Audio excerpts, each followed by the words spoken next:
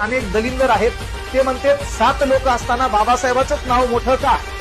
भाऊ ते बॅरिस्टर होते, इंग्लंडला शिकले, जपानमध्ये बारातला नावाचा कोर्स केलाय, एवढं करून आपल्या भारताची हलाखीची परिस्थिती माहित होते, याच्यातलं एक बी बाहेर गेलं नव्हतं. मग यायला काय धतुरा माहितीये का घटनेत काय करायचं आणि काय नाही?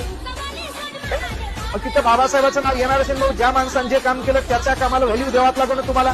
बरं तुमच्यासारखे 2-4 फुटुरे जरी म्हणले समजा बाबासाहेबांनी काय केलं, बाकीचे बी लोक होते आणि काही काय आहेत पा उगं भाषणात बाबासाहेबांचं नाव घ्यायचं, माघारी कार्यक्रम बरोबर वाजायचा. तर त्यांनी लक्षात घ्यायचं ज्या माणसाचं जे काम आहे ते काम तुम्हाला मानावंच लागेल. याच्यात दोघांनी राजीनामा दिलाय, म्हणजे एक जण गेलो होतं त्याच्या जागी दुसरा आलं, एका राजीनामा दिला, 5 जणांचं नाव इतिहासात कुठं दिसलं नाही, डायरेक्ट इथंच कसं मोठं होईल भाऊ, है ना? इथं 14 तळ्याचा सत्याग्रह, महारचा सत्याग्रह, मनुस्मृतीचं दहन आहे, बहिष्कृत हितकारणी सभा आहे, समता आहे, जनता आहे, प्रबुद्ध भारत आहे ना? त्याच्यानंतर महत्वाची गोष्ट काय बघूया, कामगार असोसिएशन आहे, शेड्यूल कास्ट फेडरेशन आहे, रिपब्लिकन पार्टीची घोषणा आहे, धर्मांतराची 1935 ची घोषणा आहे, सर्वात मोठं धर्मांतर आहे 14 ऑक्टोबर 1956.